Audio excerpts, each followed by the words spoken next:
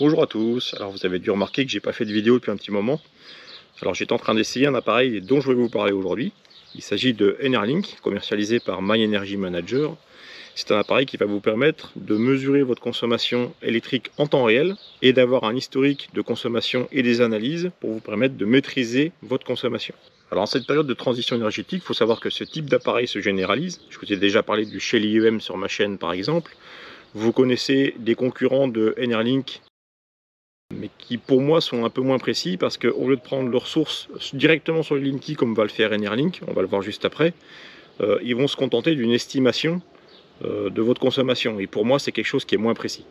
Comme je disais, ce sont des appareils qui ont tendance à généraliser parce que effectivement, de pouvoir voir votre consommation en temps réel, ça vous permet d'agir directement dessus sans attendre votre facture à la fin du mois ou à la fin de l'année.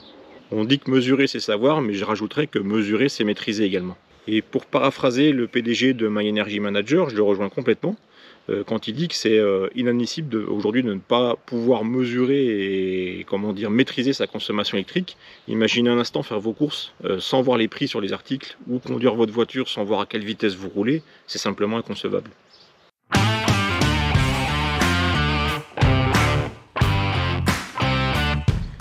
J'ai contacté Enerlink parce que j'étais intéressé par leur appareil, du fait que ce soit un petit écran qu'on place à un endroit central dans la maison et tout le monde peut lire et voir ce qui se passe en termes de consommation électrique. Contrairement à mon Shell IEM qui est sur une application, donc moi seul peux le voir sur mon téléphone. Ici, les enfants, ma femme, peuvent consulter la consommation de la maison à tout moment et ça, je trouvais ça très intéressant. Donc gentiment, My Energy Manager m'ont proposé de m'envoyer le produit gratuitement pour le tester et en parler sur ma chaîne. C'est ce que je fais aujourd'hui. Donc je ne suis pas sponsorisé ni rémunéré pour le faire. Donc je pourrais faire une critique objective de l'appareil. D'ailleurs au passage, je les remercie beaucoup pour leur confiance, notamment Charline, la Social Media Manager, avec qui j'ai communiqué depuis le début. À qui j'ai posé beaucoup de questions. Je la remercie pour à chaque fois sa rapidité et la clarté de ses réponses. Je trouve que c'est aussi super important quand on achète un produit, c'est d'avoir un bon service après-vente et un bon service clientèle qui vous explique comment utiliser le produit. Alors son gros point fort, comme je disais tout à l'heure, c'est qu'il est relié directement à votre Linky. On va voir juste après dans la vidéo comment ça se passe. La procédure, elle est simple, elle est rapide, elle est à la portée de tous, donc ça pose aucun problème. Donc je vous propose de voir ensemble le déballage du produit, l'allumage de l'appareil. Donc ça c'était il y a environ 2 mois, il faut savoir que j'ai reçu l'appareil à peu près fin mars. Là on est fin mai. Donc j'ai eu 2 mois d'utilisation, le mois d'avril complet. Donc à la fin de la vidéo, on fera le bilan du mois d'avril, on vérifiera la pertinence des infos qu'il fournit, et puis surtout, vérifier si la promesse est tenue, à savoir, est-ce que le fait de pouvoir maîtriser notre consommation nous permet d'engendrer des économies à la fin. Alors, est-ce que le Enerlink fonctionnera chez vous? Alors, la première condition, c'est d'avoir un compte en Linky, puisque le Enerlink va recevoir des signaux en temps réel du Linky grâce à un petit module qu'on appelle l'ERL, qui sera branché dessus. La deuxième condition, c'est de vérifier que le signal passe bien entre l'ERL et le Enerlink chez vous. Donc, pour ça, vous pouvez regarder si le signal Wi-Fi est correct sur votre téléphone portable quand vous êtes à proximité de votre Linky. Et la troisième condition, c'est d'être en offre bleue ou tempo. L'offre JP effacement jour de pointe ne fonctionne pas encore. Vous pouvez vous rendre sur la FAQ My Energy Manager, je vous mets le lien dans la description pour tester votre éligibilité.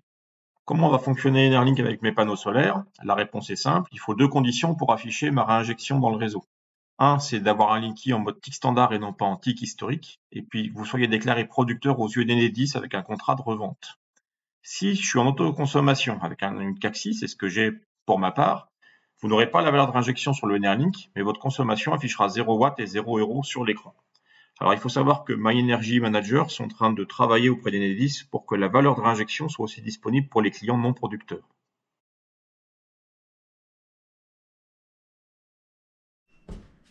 Alors, j'ai reçu un colis en forme de colissimo, comme ça. Je l'ai ouvert, et à l'intérieur.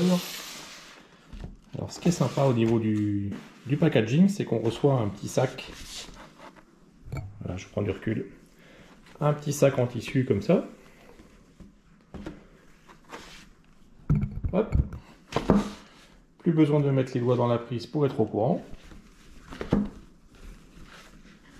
Et alors à l'intérieur, qu'est-ce qu'on a? On a le Enerlink en lui-même dans son emballage. Et on a 2 petits cadeaux.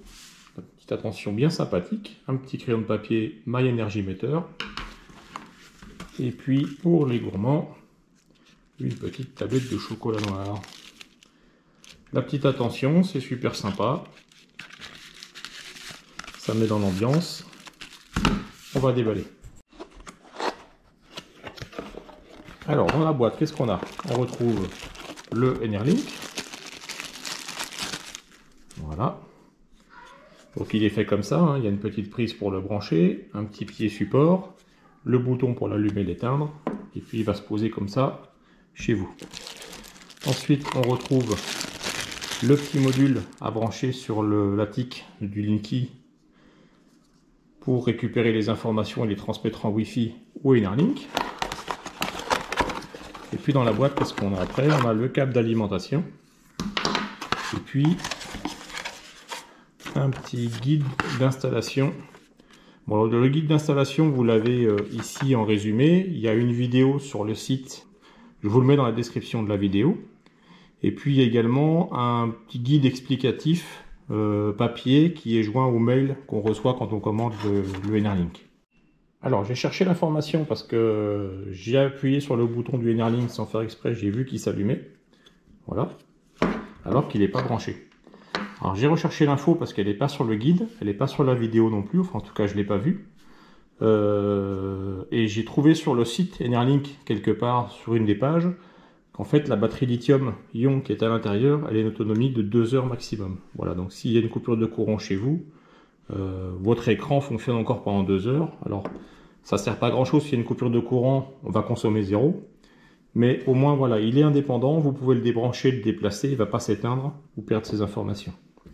Et puis alors quand vous l'allumez, ben voilà, il y a débuté l'installation, donc je ne l'ai pas fait encore. Il faut d'abord brancher le petit module sur le Linky, on va commencer par ça.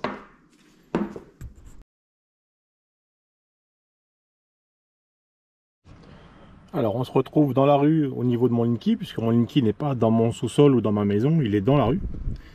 Je fais débuter l'installation. Retirez la partie verte de votre Linky. Donc, vous voyez, tout est indiqué. Alors, je ne sais pas si on verra bien avec le reflet. Donc la boîte verte du Linky, on va la retirer. C'est super simple, hein. On tire dessus. Voilà. Je passe à l'étape suivante. Hop. Appuyez sur le bouton et insérez le capteur ERL. Alors le bouton, c'est le bouton noir qui est là.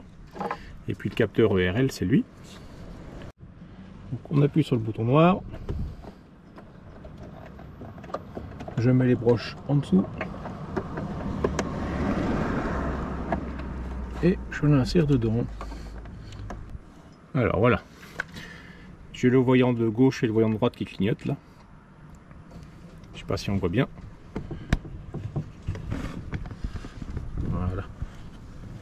Alors on va regarder le reste de la procédure, la suite. Appuyez sur le bouton et insérez le capteur. Ça c'est fait. Après quelques secondes, la LED de gauche TIC doit clignoter toutes les 3 secondes. Donc la LED de gauche TIC clignote toutes les 3 secondes. Oui, je confirme. Maintenant, il faut configurer le Wi-Fi. Alors, configuration Wi-Fi. Il est en train de rechercher le Wi-Fi chez moi. Voilà, il l'a trouvé. Alors, c'est celui-ci. Il me demande la clé Wi-Fi. J'ai rentré la clé Wi-Fi. Il est en train de m'écrire connexion au Wi-Fi. Si j'enlève le film, je ne sais pas si on verra mieux. C'est que l'écran à l'extérieur est un peu faible. Voilà, il est connecté. Continuez l'installation. Appuyez 3 fois sur le bouton capteur ERL. Alors, 1, 2, 3.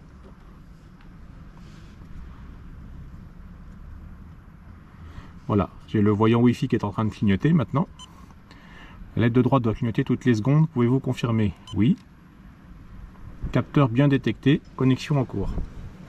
Donc là, il est en train de relier l'ERL, le petit module TIC, avec le capteur, enfin avec le Enerlink.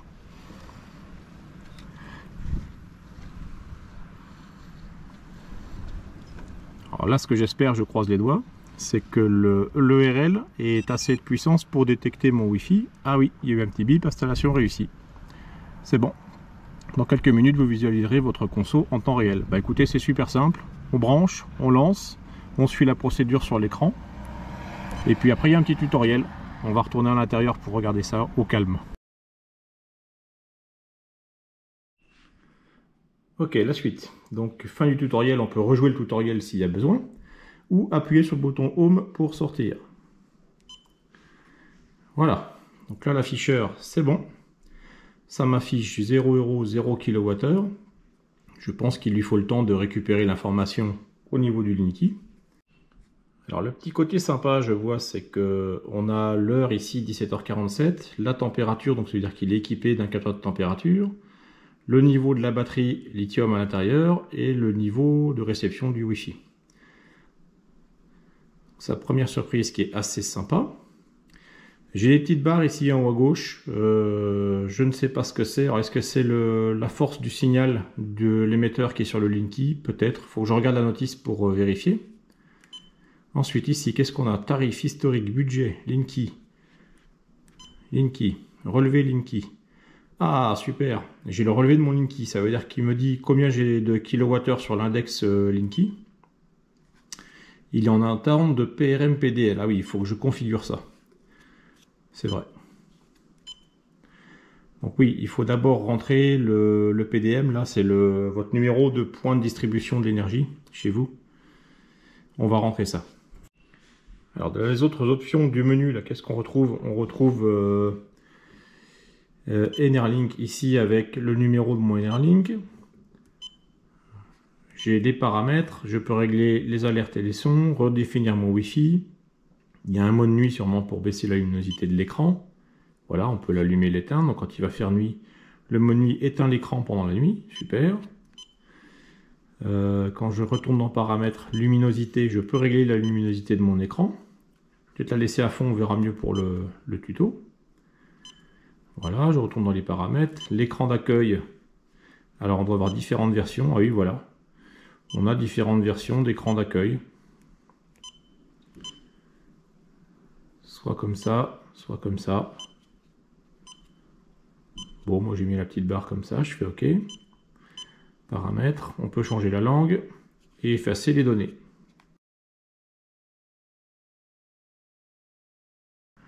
L'étape suivante va consister à configurer votre appareil sur le site Enerlink. Donc on va rentrer toutes les informations. Donc une fois que j'ai rentré les informations, je valide. J'enregistre mon mot de passe et je continue la procédure. Alors sur le site Enedis, il faut récupérer votre numéro de point de livraison électrique, le PDL. Vous le copiez, vous venez sur le site Enerlink, vous le collez et vous faites suivant. Numéro d'identification Enerlink. Alors ça c'est le numéro de votre boîtier Enerlink qui est inscrit en dessous là. Donc on va le saisir sur le site. Ok, j'ai terminé la configuration. Donc là, on voit des courbes, jour, par semaine, par mois, par année. Alors, comme c'est le début, pour l'instant, il n'y a encore aucune information. Donc je referai des copies d'écran plus tard quand il aura pris quelques données. Ce qu'on s'aperçoit en dessous, c'est qu'on retrouve la conso totale, le coût total, la puissance maxi, la température extérieure, alors ça m'étonnerait, je ne sais pas si on va l'avoir, et la température intérieure. Voilà, donc je pense que c'est les données qui récupèrent du Enerlink. Et sur mon Enerlink, qu'est-ce que je vois d'écrit? Eh bien, est apparu le tarif d'électricité, là maintenant. Alors la batterie est faible, il a baissé un petit peu en luminosité, mais on voit la conso totale depuis que je l'ai mis en route, le coût. Ensuite, il vous reste à saisir les données du contrat de fourniture d'électricité, donc c'est EDF dans mon cas. Il va vous demander quelle offre vous avez, ça c'est pour pouvoir donner le bon tarif d'électricité dans votre calcul. Et puis il y aura un consentement de partage de données avec Enedis à faire pour récupérer plus tard l'historique et pouvoir faire des analyses sur le site qu'on verra dans la vidéo. Alors comme il n'y a presque plus de batterie, eh ben, on va le brancher. Il y a un petit détrompage pour ne pas se tromper de sens. Tac, et puis on va le brancher dans une prise pour qu'il recharge.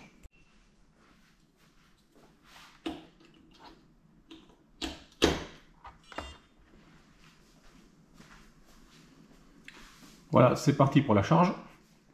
Et bien, il ne reste plus qu'à lui trouver une petite place sympa dans la maison avec une prise à côté.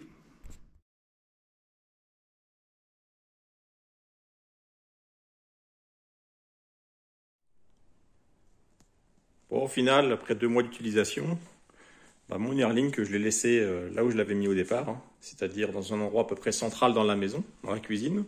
C'est la pièce à vivre, hein, avec la salle à manger, le salon.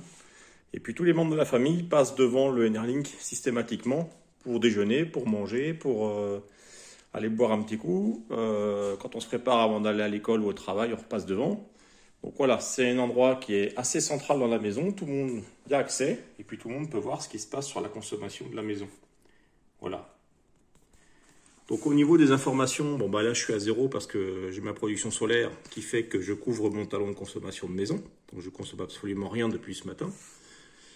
Et puis après, ben, on arrive à voir, comme je vous avais expliqué, avec les tarifs donc, qui ont été renseignés de contrat, comme je vous ai montré juste avant, ben, j'obtiens mon tarif de ce que je vais payer aujourd'hui sur ma journée. Alors il y a beaucoup de kilowattheures parce qu'on a rechargé la voiture électrique cette nuit.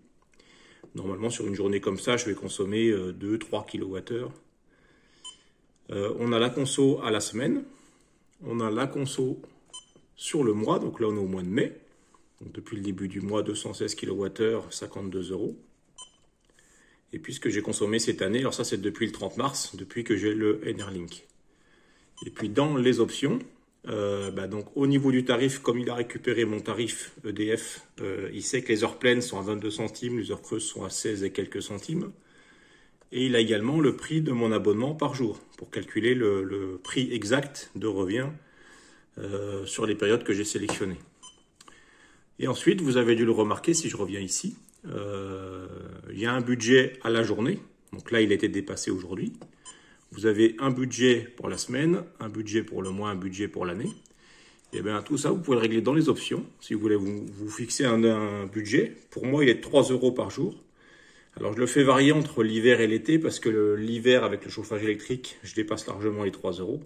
Et puis l'été, je suis en dessous. Donc vous pouvez le modifier ici. Il y a un petit plus, un petit moins pour pouvoir le régler.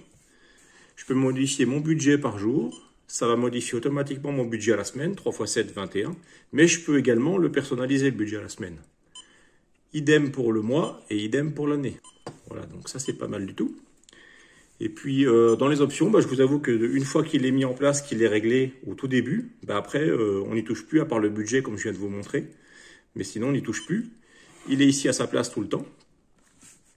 Et puis, c'est super pratique parce que, comme je vous disais, toute la famille voit ce qui se passe sur l'écran en permanence.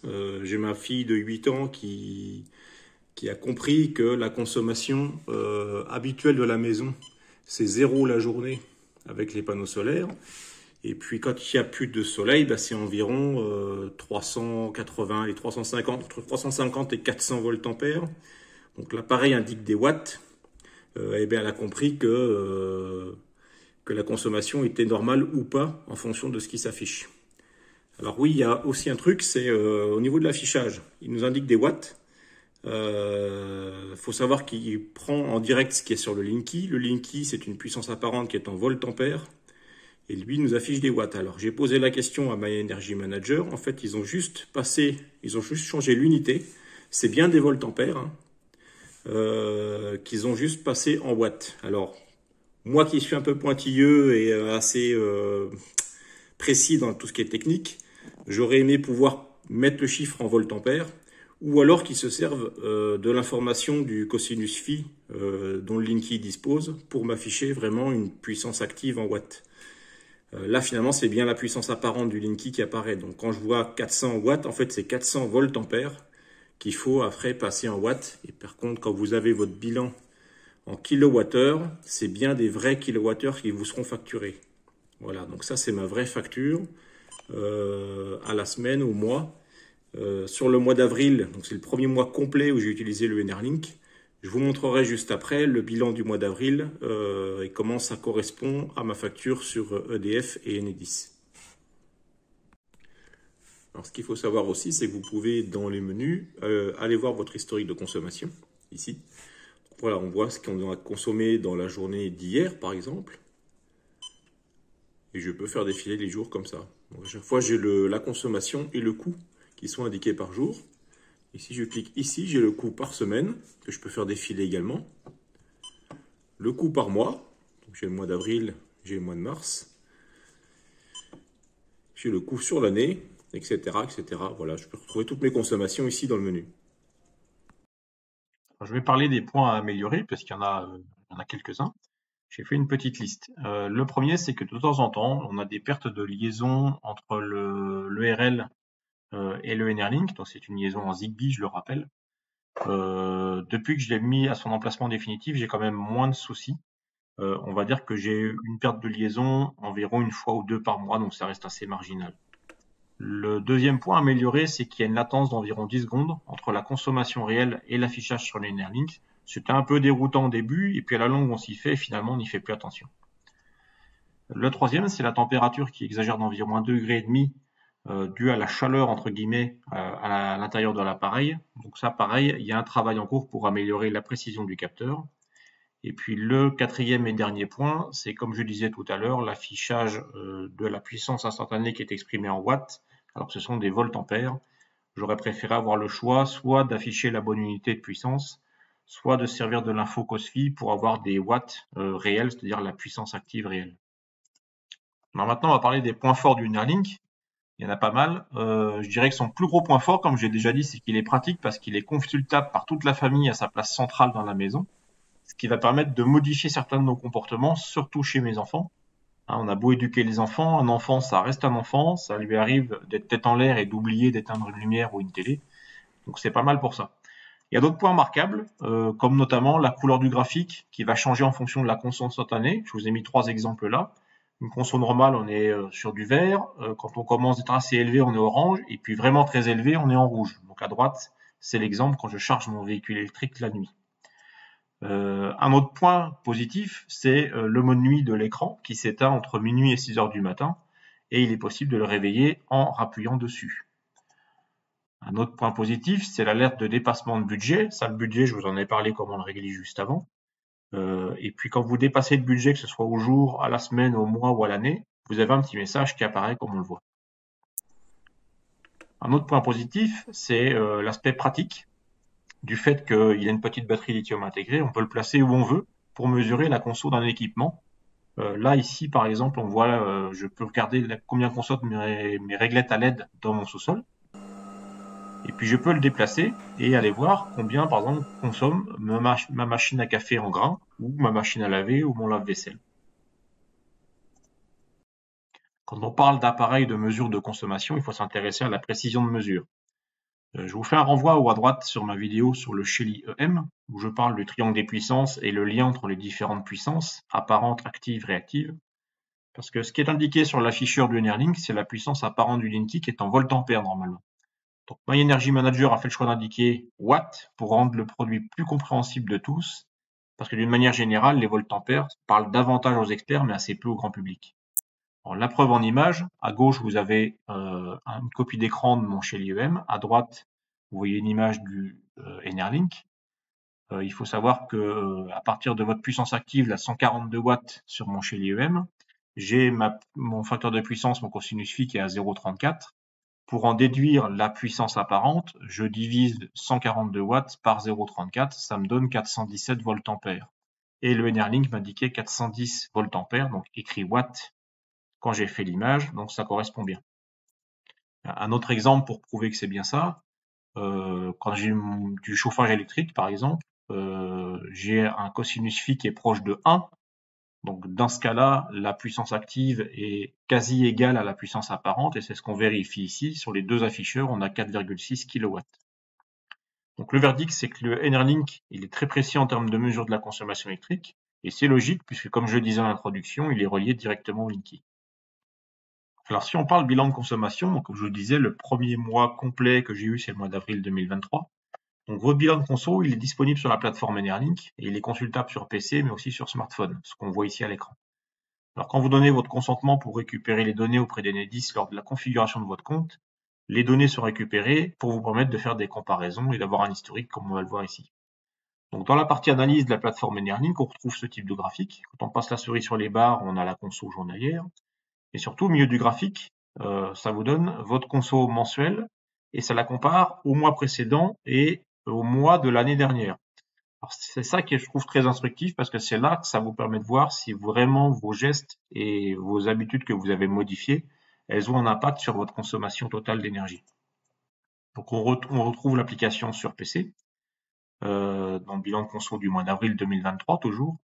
Donc ici aussi, on passe la souris sur les barres, on retrouve la console journalière. On peut afficher la température intérieure, donc qui a été mesurée par le capteur de Neuralink, mais aussi la température extérieure.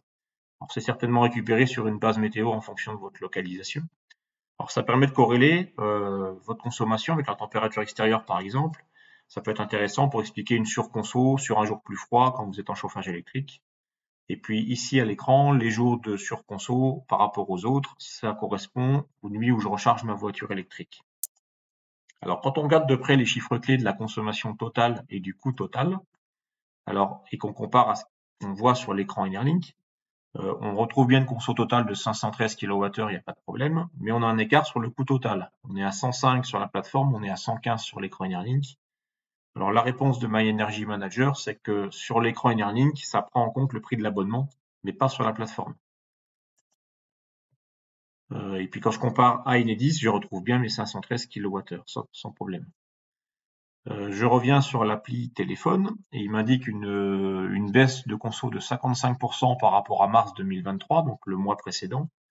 Quand je regarde ma conso sur le site EDF, j'étais à 1162 kWh en mars, je suis passé à 513 en avril. Alors on explique aussi, il y a plus de soleil, on met moins de chauffage, etc. etc. Ça fait bien une diminution de conso de 55%, donc les infos sont justes. Et puis quand il indique une baisse de 29% par rapport à avril 2022, que je prends les infos sur le site Enedis, j'ai bien une baisse de 29% par rapport à avril 2022. Alors bien sûr, comme je disais, il a fait moins froid, donc il y a moins de chauffage. Par rapport à avril 2022, il y a aussi l'apport des panneaux solaires que j'avais pas l'année dernière. Mais je pense quand même que le Enerlink a une part de responsabilité, entre guillemets, puisqu'il nous aide à savoir quand on consomme de façon anormale ou quand la production solaire est suffisante pour lancer une machine, par exemple. Et quand je compare tout ça à mon Shelly EM, les infos que j'ai sur mon Shelly EM, on retrouve bien quasiment le même prix, on est dans les 115 €. Et puis la conso est un peu différente, on l'explique toujours parce que d'un côté, on a une puissance active mesurée par le Shelly, purement active, alors que le Enerlink prend bien en compte ce que mesure le Linky, c'est-à-dire qu'il y a une part de puissance réactive.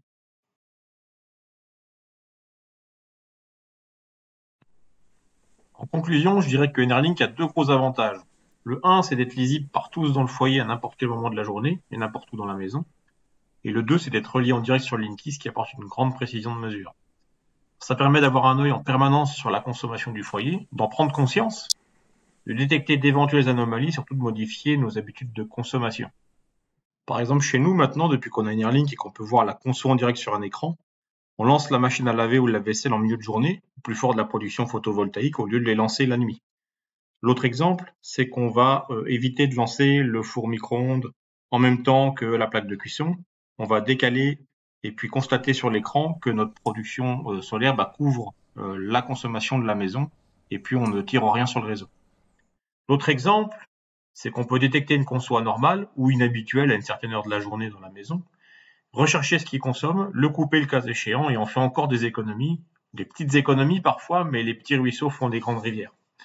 Et après 2 mois d'utilisation, je pense qu'on aurait du mal à se passer des informations que Enerlink nous fournit, ce qui montre finalement qu'il est devenu utile et qui nous aide à maîtriser notre consommation électrique. Voilà, je vous ai tout expliqué sur le Enerlink. Si vous voulez plus d'informations, notamment le tarif, j'en ai pas parlé dans la vidéo parce que le tarif peut évoluer, on ne sait jamais. Si vous regardez cette vidéo dans 6 mois, dans un an, je ne sais pas. Donc je vous mets le lien dans la description pour le site de Enerlink. N'hésitez pas à les contacter, ils sont super sympas, ils répondent très vite et très facilement. Dans une prochaine vidéo, je vous parlerai de ça, l'agrandissement de mon parc photovoltaïque. Je suis passé à 4 panneaux Synology. Je vous expliquerai aussi l'installation de mon deuxième chez l'UM pour mesurer combien je réinjecte dans mon chauffe-eau au final. Bon, et après, vous connaissez la musique, hein. Le petit pouce bleu en bas de la vidéo, tu t'abonnes si c'est pas fait. Et puis je vous dis à bientôt.